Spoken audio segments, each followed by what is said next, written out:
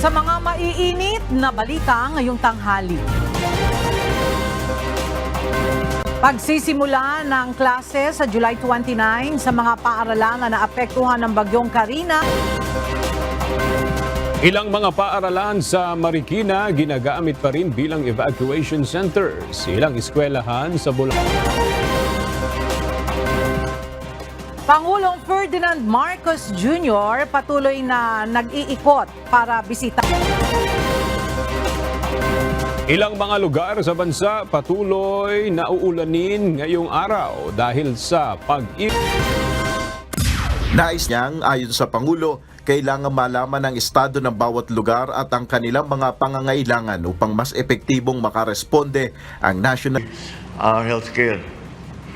Kung minsan nakakalimutan yan But those in the evacuated areas will need to, kailangan meron silang clean. mga lugar na binaha sa Camanava area. Sakay ng truck, inikot ni PBBM ang ilang lugar sa Valenzuela City at Navotas City.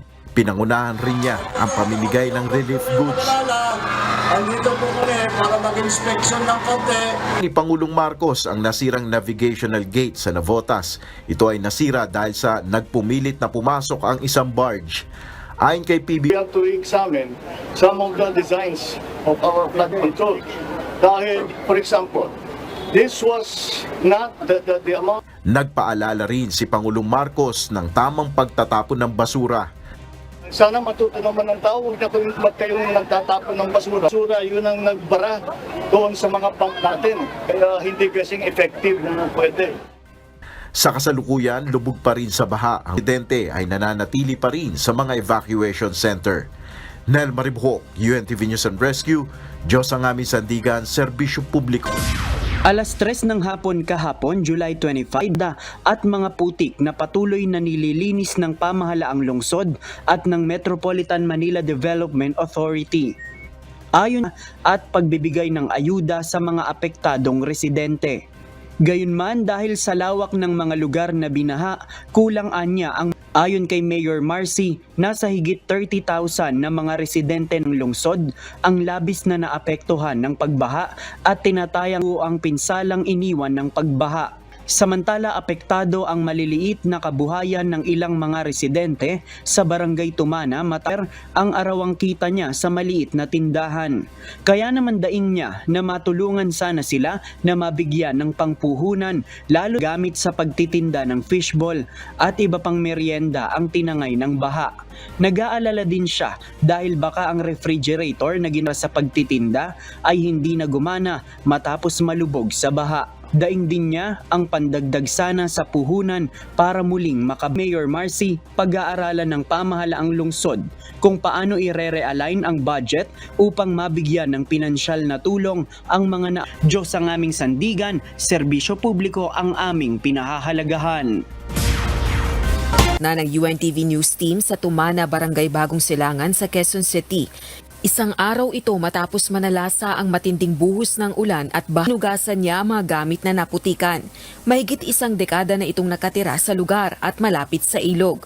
Anya, bagaman ilang ulit nang iwan ang bahay sa Tumana dahil may sarili itong taniman ng kalamansi, puno ng suha at iba pa. Marami kasing mga tanim, medyo may baha. Nali ka sa kagad. Dagdag pa nito, posibleng abuti ng isang buwan bago masang mag-alala sa mga susunod pang kalamidad na posibleng manalasa sa kanilang lugar. Subalit anila, hindi sila nawawala ng pag-asa. Kaya kabilang sina Mang June at Mang Manny sa nasa 10,000 residente ng Barangay Bagong Silangan na pinaka-naapektuhan ng habagat na pinatintala. Ayon kay Quezon City Mayor Joy Belmonte, kung magtutuloy-tuloy ang mainam na kalagayan ng panahon, makakauwi na ang daang-daang pamilya. Pero sa lahat ng mga puntuhan ko, nag-subside na yung flood waters at ready na rin yung mga tao at na rin silang umuwi, ilinisin yung mga gamit nila. Ng alkalde na dumalaw sa evacuation center ang ilang liderato ng Kamara sa pangunguna ni Speaker Martin Romualdez at namahagi ng ayuda. Ito ng habagat at bagyo. Rosa Licoz, UNTV News and Rescue. Diyos ang aming sandigan, serbisyo publiko ang aming pinahahalaga. Mga ospital, maging sa kabuuang operasyon nito sa bansa. Samantala inilagay na ng DOH sa Code Blue Alert status ang metro ang pagbaha na dulot ng Super Typhoon Karina at Habagat. Dagdag pa rito ang pinangangambahang pagtaas ng kaso ng leptospirosis sa bansa. Sa ilalim ng Code Blue, magde-deploy ng dagdag na mga tauhan ang ahensya bukod pa sa regular na mga staff sa day-to-day operation. Mang nagpaalala ang kagawaran ng kalusugan na mag-ingat sa leptospirosis na uso tuwing panahon ng tag-ulan. Sinabi rin ng DOH na umiwas na lumusong sa baha o siguraduhing magsuot ng proteksyon sa katawan kung hindi ito maiiwasan.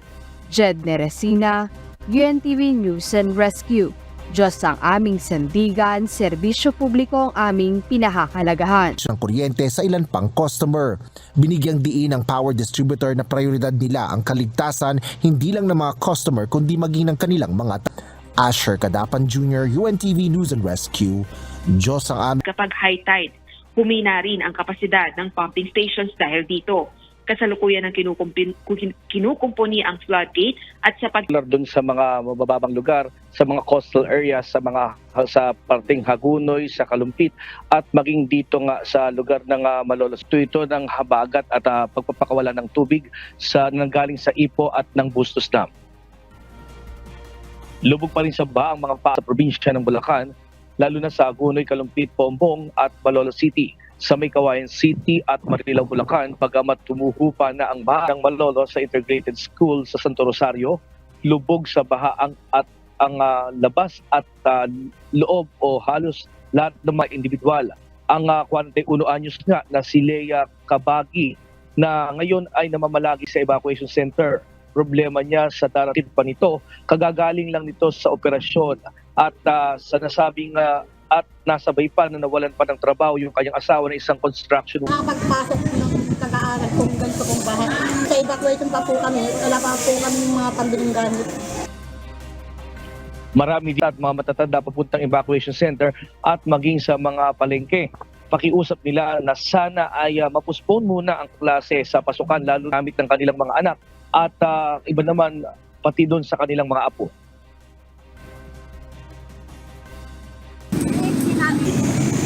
Ilog sa mga kanal. Wala yung dead drainage, kaya lang wala, parado. Kawawa ba yung estudyante? Siyempre. Samantala, inaasahan ngayon ng mga magulang na mayroon ding tutulong sa kanila para sa libreng school supplies at bag. Muna ang magiging opening ng klase ng mga estudyante na nakatakda sana sa July 29, araw ng Lunes. Ito'y dahil kinakailangan na nakausap natin sanang ka-elementary school, posibleng sa susunod na buwan pa makapagsimula ng klase. Kapag kasi nakabang makapagbalik eskwela yung kanilang mga anak, kung kailanman magre-resume yung pasok sa eskwelahan. Yan muna ating latest live ng klase sa Lunes. Kaya kaugnay niyan, wala pa rin tayong impormasyon kung kailan balak na mga ito i-reschedule yung opening of classes nila. Yung ating mga guro ay ginawa ngayon itong evacuation center.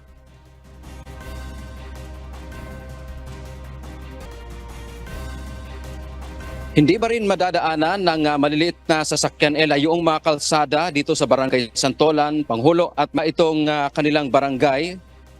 At bukod sa problema sa hanap buhay ay problema rin ng mga residente dito yung transportasyon o masadikab yung kanilang maaring sakyan. Yun nga lang dati kung sabi nga ng mga nakausap natin kanina, kung 15 piso yung kanilang mahirap din kasing magpadyak lalo na kapag malalim yung tubig. At kasalubong pa nila yung malalaking sasakyan at may alon at mabigat yung kanilang 15 pesos, mga ganyan, bayad. Pero pag may ba, 50, depende sa mga pasahero kung magkano na nila.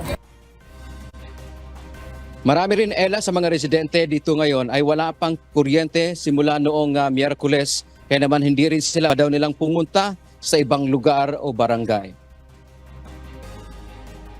Ba't lahat? Di ka makapag-text sa mga kasi lang Maging ang mga paaralan sa mga nasabing barangay ay hindi rin nakaligtas sa tubig baha. Ang Panghulo Elementary School ang kanilang at sa halip na maghahanda ang mga guro para sa pasukan sa Lunes, naging tagabantay na lamang sila sa mga evacuee at mga bata na lumikas sa kanilang mga paaralan pagbaha. Kaya minabuti nilang dito muna sila sa mga paaralan mananatili ng ilang araw. Yung nga lang Ella sa ngayon, batay din sa ating Sariwa pa sa isipan ni Lola Cristina ang nangyari sa kanya nitong Miyerkules, July 24, siyang malunod sa lagpastaong baha. Mabuti na lang at nakaligtas siya at kanyang apo matapos silang makaakyat sa bubong ng bahay.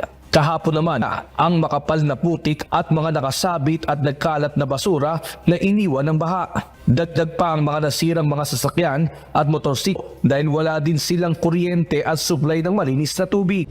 Pakiusap naman ng mga residente, ma-action na sana ang kuryente at tubig at magkaroon sila ng damit at ayudang pagkain, lalo't ilang chairman ng Tabing Ilog, nakipag-ugnayan na siya sa Meralco para maisaayos na ang supply ng kuryente sa lugar. Sa ngayon, inaantay na lang gamit na rin ang barangay ng payloader at bako para mahakot ang mga putik at basura. Nagsasagawa na rin ang clearing operation sa barangay North, ngunit marami na rin ang umuwi na sa bahay para maglinis. Groceries, pagkain, tubig at mainom at higaan ang ilan pa rin sa pangunay.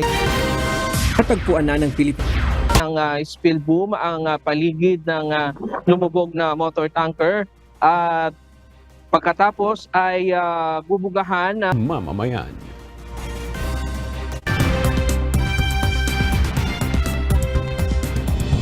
Tiwala ang organizing